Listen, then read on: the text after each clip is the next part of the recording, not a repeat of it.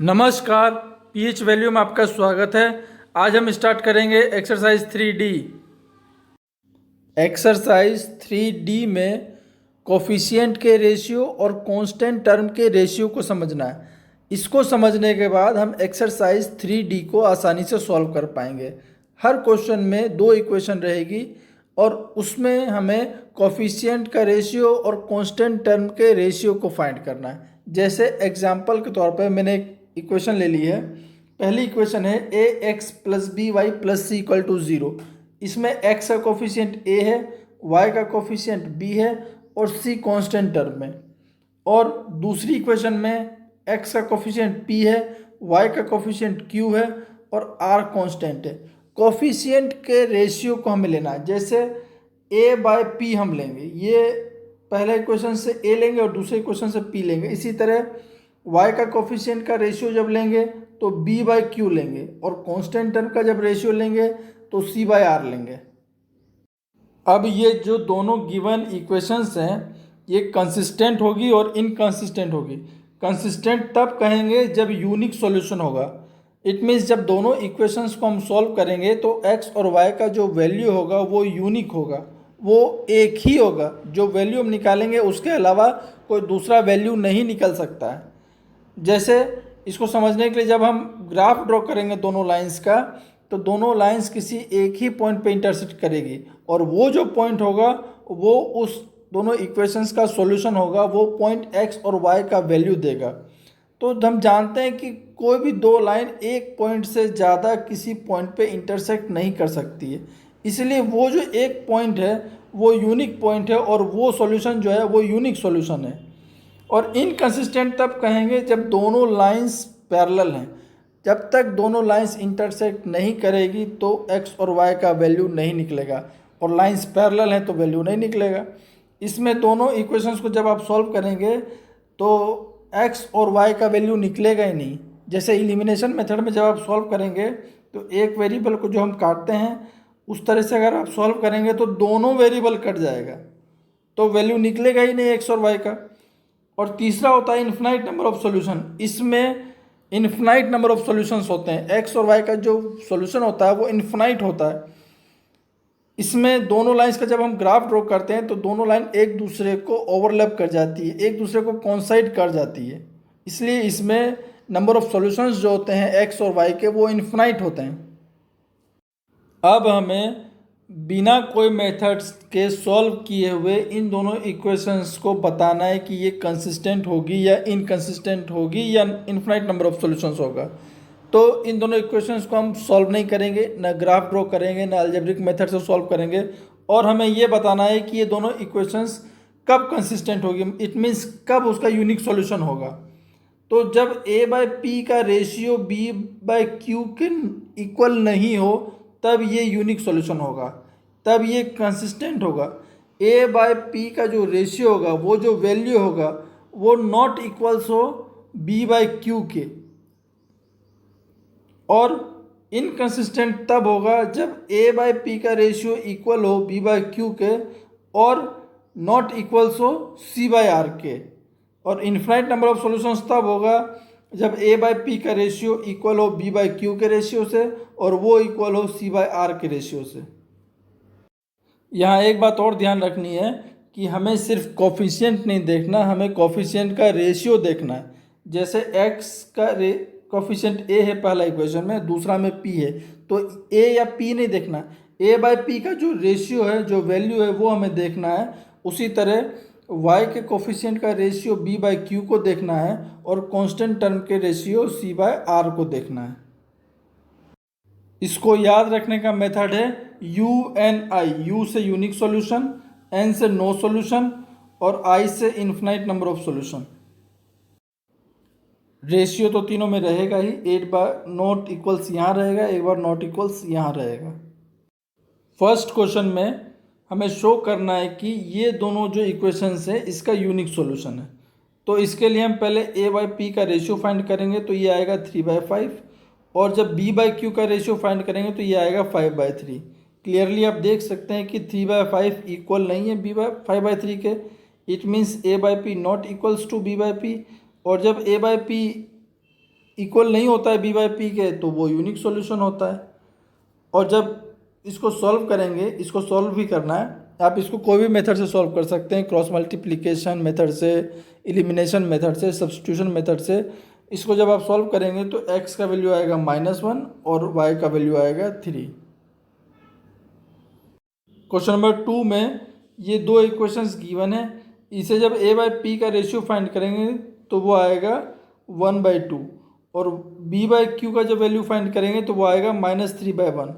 1/2 equal नहीं है -3/1 के, it means a by P not equals to b by Q, तो ये यूनिक सॉल्यूशन होगा। और इसको जब सॉल्व करेंगे तो x का वैल्यू आ जाएगा 4 और y का वैल्यू आ जाएगा -3।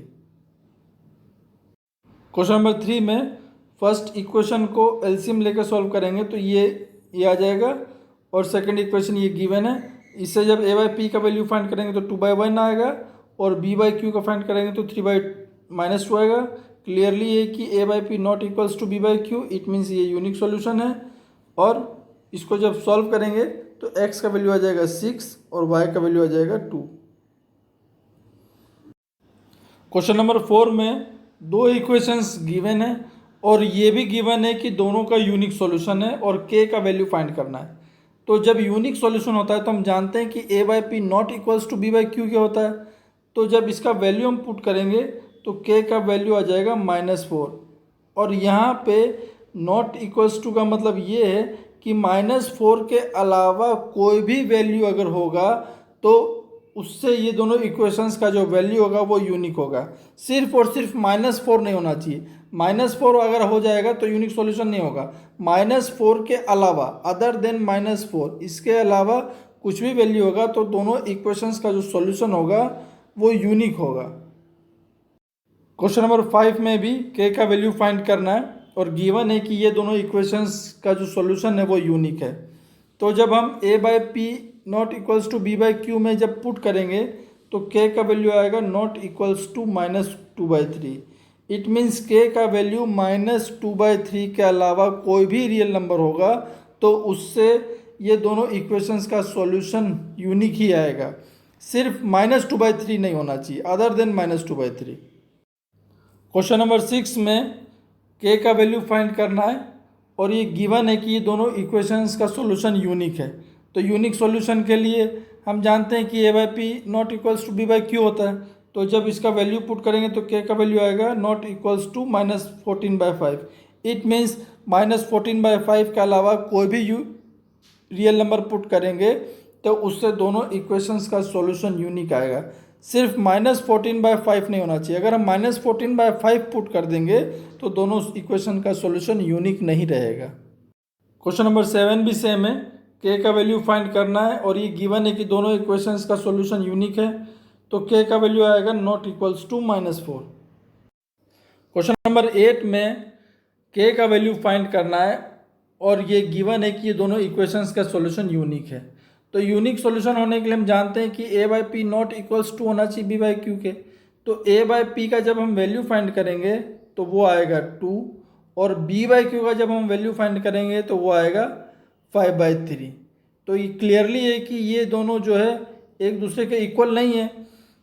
इससे k से हमको कोई फ़र्क नहीं पड़ रहा है, k जो है वो कांस्टेंट टर्म है, तो k का कोई भी वैल्यू होगा तो उससे दोनों लाइंस का जो सॉल्यूशन है वो यूनिक ही रहेगा। तो k कोई भी रियल नंबर हो सकता है। क्वेश्चन नंबर 9 में k का वैल्यू फाइंड करना है और ये गिवन है कि दोनों इक्वेशंस का सॉल्यूशन यूनिक है। k का जब हम वैल्यू फाइंड करेंगे तो वो आएगा +-6। इट मीन्स +-6 के अलावा कोई भी वैल्यू पुट करेंगे, कोई भी रियल नंबर पुट करेंगे तो ये दोनों इक्वेशंस का सॉल्यूशन यूनिक ही रहेगा।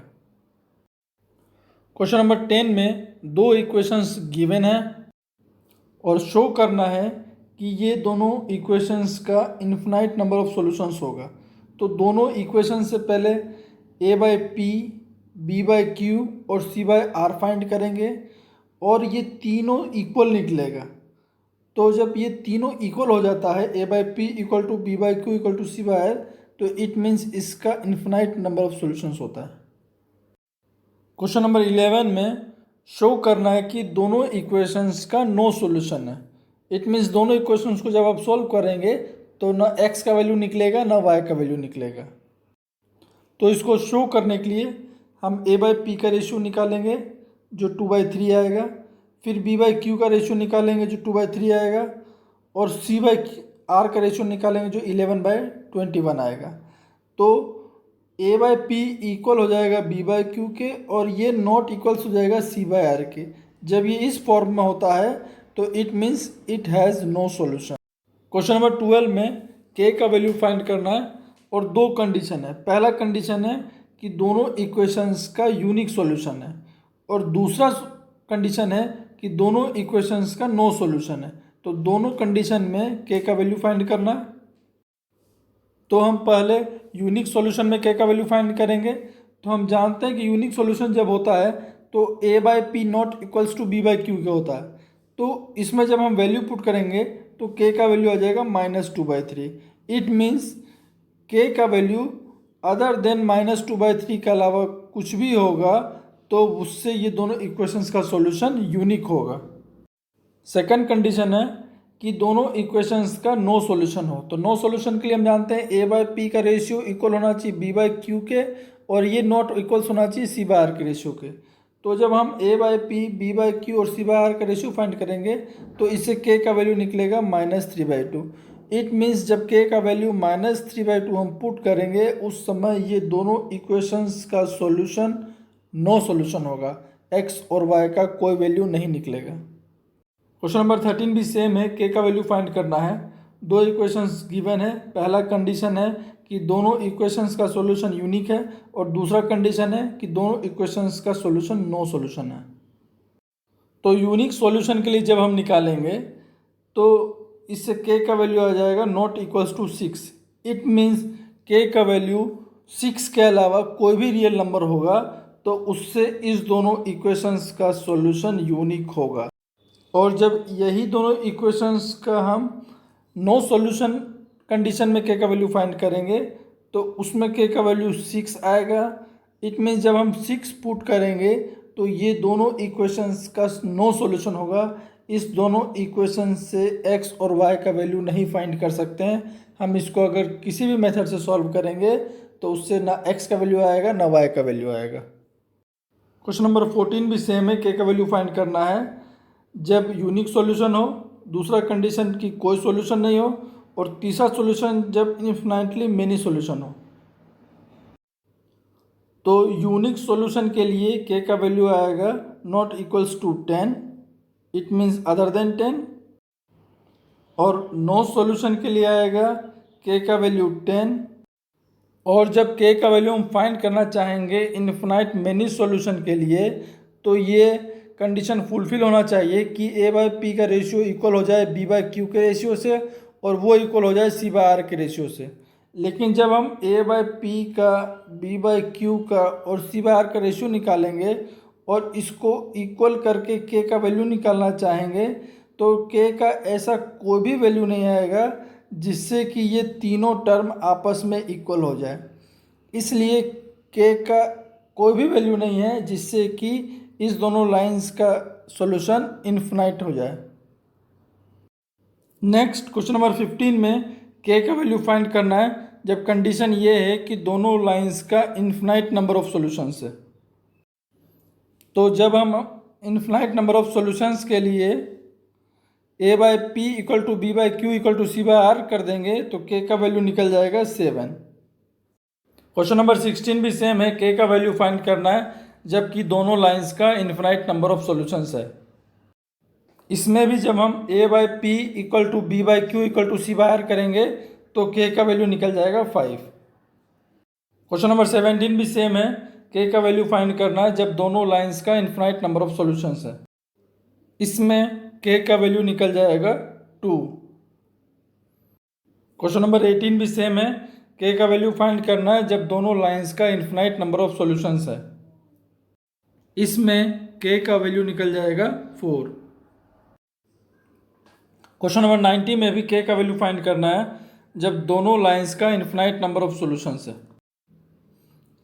इसमें k का वैल्यू निकल जाएगा 3।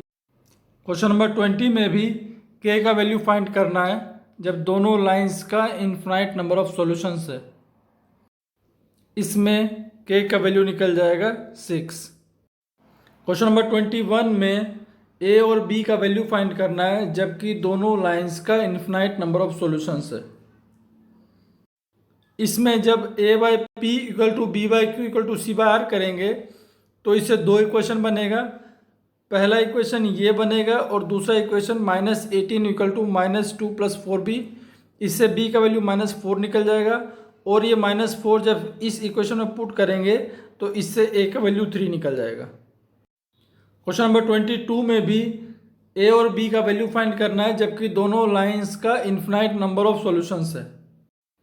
इसमें भी जब हम a by P equal to B by Q equal to C by R करेंगे तो दो इक्वेशन बनेगा, एक ये वाला और एक ये वाला। तो दूसरे इक्वेशन से b का वैल्यू निकलेगा 11/5 और 11/5 जब पहले इक्वेशन में पुट करेंगे तो उससे a का वैल्यू निकल जाएगा 17/4। नेक्स्ट क्वेश्चन नंबर 23 में भी a और b का वैल्यू फाइंड करना है जबकि दोनों इक्वेशंस का इन्फिनाइट नंबर ऑफ सॉल्यूशंस है। इसमें भी हम जब a by P equal to B by Q equal to C by R करेंगे तो दो इक्वेशन बनेगा। पहला इक्वेशन बनेगा a plus B equal to -6 और दूसरा इक्वेशन बनेगा 5a minus 4b equal to -21। इन दोनों इक्वेशंस को हम सॉल्व कर लेंगे तो a का वैल्यू आएगा -5 और b का वैल्यू आएगा -1। क्वेश्चन नंबर 24 में भी a और b का वैल्यू फाइंड करना है जबकि दोनों इक्वेशंस का इन्फिनाइट नंबर ऑफ सॉल्यूशंस है। इसमें भी जब हम a by P equal to B by Q equal to C by R करेंगे तो दो इक्वेशन मिलेगी। पहला इक्वेशन होगा a minus B equal to 1 और दूसरा होगा 5a minus 2b equal to 11। इससे दो वैल्यू निकलेगा, a का वैल्यू 3 और b का वैल्यू 2। क्वेश्चन नंबर 25 में भी a और b का वैल्यू फाइंड करना है जबकि दोनों इक्वेशंस का इन्फिनाइट नंबर ऑफ सॉल्यूशंस है। इसमें भी जब हम a by P equal to B by Q equal to C by R करेंगे तो दो इक्वेशंस बनेगी और दोनों इक्वेशन को सॉल्व करेंगे तो a का वैल्यू निकलेगा 5 और b का वैल्यू निकलेगा। क्वेश्चन नंबर 26 में a और b का वैल्यू फाइंड करना है और दोनों इक्वेशंस का इन्फिनाइट नंबर ऑफ सॉल्यूशंस है। इसमें भी जब a by P equal to B by Q equal to C by R करेंगे तो दो इक्वेशन बनेगी। पहला होगा 2a इक्वल टू बी और दूसरा इक्वेशन होगा a plus B equal to 12 और दोनों इक्वेशन को सॉल्व करेंगे तो a का वैल्यू निकल जाएगा 4 और b का वैल्यू निकल जाएगा 8।